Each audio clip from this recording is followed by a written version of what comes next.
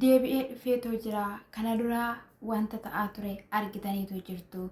Mee walii isaaniitiin nagaa habusanii waliin haa jiraatan jennee yaadaa turre. Garuu dubbiin akkas hin turre. Hundumtiyyuu Ruutaa irratti hanxaaxxahee amma booda garuu eenyuyyuu akka isheetti dubbatu hin barbaade.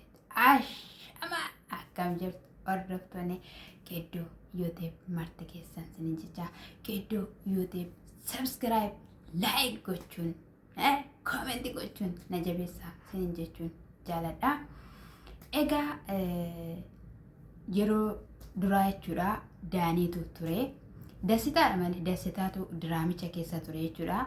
Diraamicha googala isaa yookiin immoo koomedii isaa hin galleef jechuudha dasitaadha. Achi booddee jechuudha Daaniin dhufee itti galee gaafa Daaniin dhufee itti galu biiciici tirtirra godhe tasaasee keessaa bahe jechuudha. Gaafa keessaa bahu Meeriin immoo dhuftee deebiteetu galteetu jirti jechuudha. Baazawee hojjettu diraamaa akka taate ni beektu jechuudha. Meerii jechuudha argitaniitu jirtu jechuudha. Samoona dura wal lolanii Abiraamii fi Ruutaan jechuudha. Yeroo isaan bira turte namoonni baay'een diraamaa isheen hojjettu sheer gochaa turaniiru jechuudha. Haa ta'uyyuu malee jechuudha. Egaa waan hundumayyuu keessaa baaneetti hin dhiisneetti bira dabarreetti gaafa jennu isaanii waliin haa galan jenneetu turre. Ammas immoo akka uumaa nama waan hin qabneetti uumaa akka waan nama fira hin qabneetti fakkeessanii ishii irratti tapha kan isaan taphachaatu jiranii. Maal jechuudha wanti akkanaayi. Namoonni baay'een immoo dhaqii maaliif cal jettee maaliif dhiiftee waan akkasii maaliif ishii bukkeen taatu naan jettu jettee jechuudha. Namni akkas jedheen iyyuu hin jiru sobadha jechuudha. Yeroo baay'ee gaafa dhufanii yaaddoftanii nu bilbiltanii maannoo miseejii nu gootanii kamana nu gootanii maal jedhu jechuudha. Inna ittiin akka egaa dubbii isaanii fi haasawa isaanii bareeffatanidha jechuudha. Wanti sun hojjanna gara booddeetti gaafa biyyaatti galle mun hojjanna xaaxaana malee akkas hin jenna. Warra biyya alaatiin nu daawwaltanii sin galatoomaa sin hin jenna. Kana bakka waan tokko gaafa illee katarooti ni rakkee wanna. Na sana booda bakka isheen akkas ta'uu hin qabdu, dursifamuu hin qabdu. Wanta baay'eetti ishee irra ga'ee jettee sana booda Ermeellaa yoo taates abbaaf eeyyuu yoo ta'e bahuu qabu. Jireenya isaanii keessaa isaan tokko ta'uu qabu. Araaramuu qabu, waliin jiraachuu qabu jettee dubbachaa jirtu. Ermeellaan dhuftee Ermeellaan yeroo dhuftu akkuma nama kamitti nagaa ishee gaafattee nagaa nagaafachuu keetiidhaaf tasgabbaa'insitti haasawaa jennaan maal jechuudha maanni jennaani. Maalidha wanti sammuna kana ta'aatu jiru maal taasisaatu jirtu jennaan naaf hin galle maanni jennaan.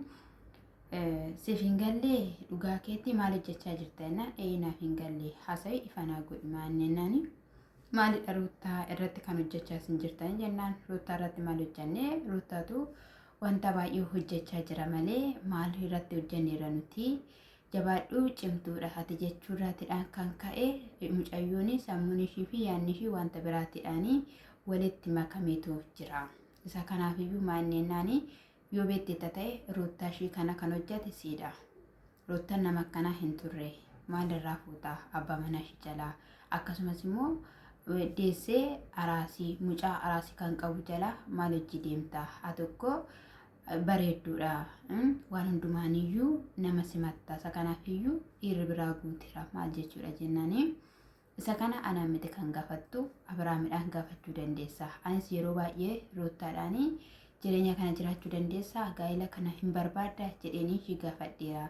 Garuummoo isheen sana hin barbaaddu jennaan si'is haa ta'u maatii isaa yookiin immoo obboleettii isaa haa taatu akkas jettan namni tokko bukkee akka geessan hin barbaadu jennaanii. Obboleettiin kamishin jennaan obboleettii isaa jennaan isa bilbiluu dandeessa. Isa anaan galchuu jennaan bilbileera. Hunduma isaaniitiif iyyuu bilbileera. Abiraamis immoo waameera. Nama tokko keessan bira dhaqeenan likki keessan sinitti hima. Namni tokkittiin akka Ruutaatti dubbatuu fi akka dhaaba Ruutaa ga'u hin barbaadu matumayyuuti. Maal jechuudha wanti akkana akka wanta firaan qabneetti jechuudha. Jalqaba irratti jechuudha lafti warra Ruutaan biratti baqattu Ruutaan bira dhattu jechuudha firoota ishee miti. Warra magaalaa Finfinnee keessa dhuftee kallattiilee garaagaraadhaan barte biradha jechuudha. Yeroo baay'ee kan isheen dhattee bira boqottu yookiin immoo biratti turtu jechuudha. Malee maalumaaniyyuu firummaa walirraan qaban.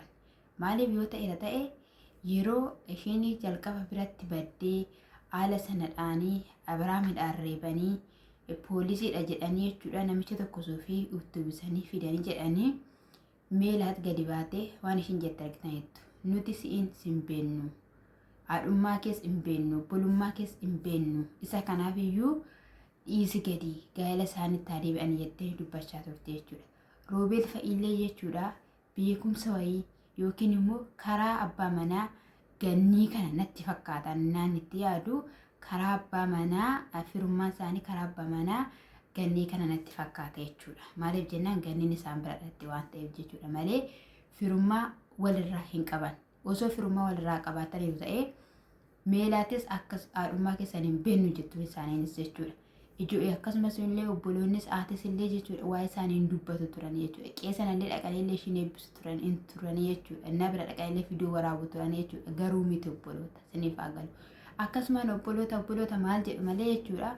Oma tokko walirraan qaban Roobeelii fi Abbuushaanis haa ta'anii akkasumallee jechuudha Meeriinis jechuudha. Garuu Meeriin akka nama yaada qulqulluu qabu yookiin immoo akka nama ruuttaadhaaf yaadee akka nama ruuttaadhaaf maal ta'uutti kan isheen taasisaatu jirtu jechuudha. Maaliif jennaan kana duras haala sanadhaan gaa'ela diiddee namni waan baay'ee ishiidhaan jedhee as butee achi ishii butee ishii arrabsurraatiin kan ka'e booda jechuudha dhiifama gaafatanii haala sanadhaan gaa'ela isaanii sana gidduudhaaf bahanii deebi'anii keeki isaanii muranii achi Dubaay dhaqanii Dubaayitti immoo walitti bu'anii maal ta'anii jechuudha. Amma jechuudha hundi isaanii yoo dhufu diraamaa keessatti jechuudha. Tsiggoonis immoo dhufte inaafte miti tsiggeen immoo yoo takka turtee dhufte daanii gixxim gootee qabdi yoo barbaade jechuudha. Maal hojjechaa turte maali dhannatu hojjettu jetti gixxim gootee qabdi. Itti fufam.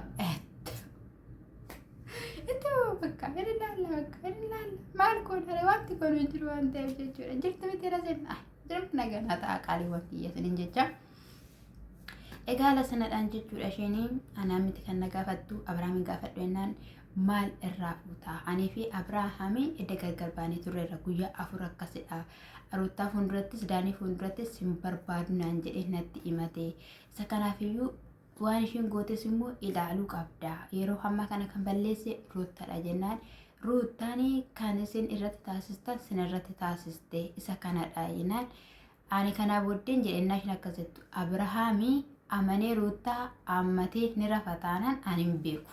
Inno era bin jedha malee akkamitti rafa irraaf maal akkamitti rafa maal amanee rafande narraa kutteedha amma viidiyoo raabde miti amma suura kaasee miti narraa kutti millaachee dhugaan sini jedha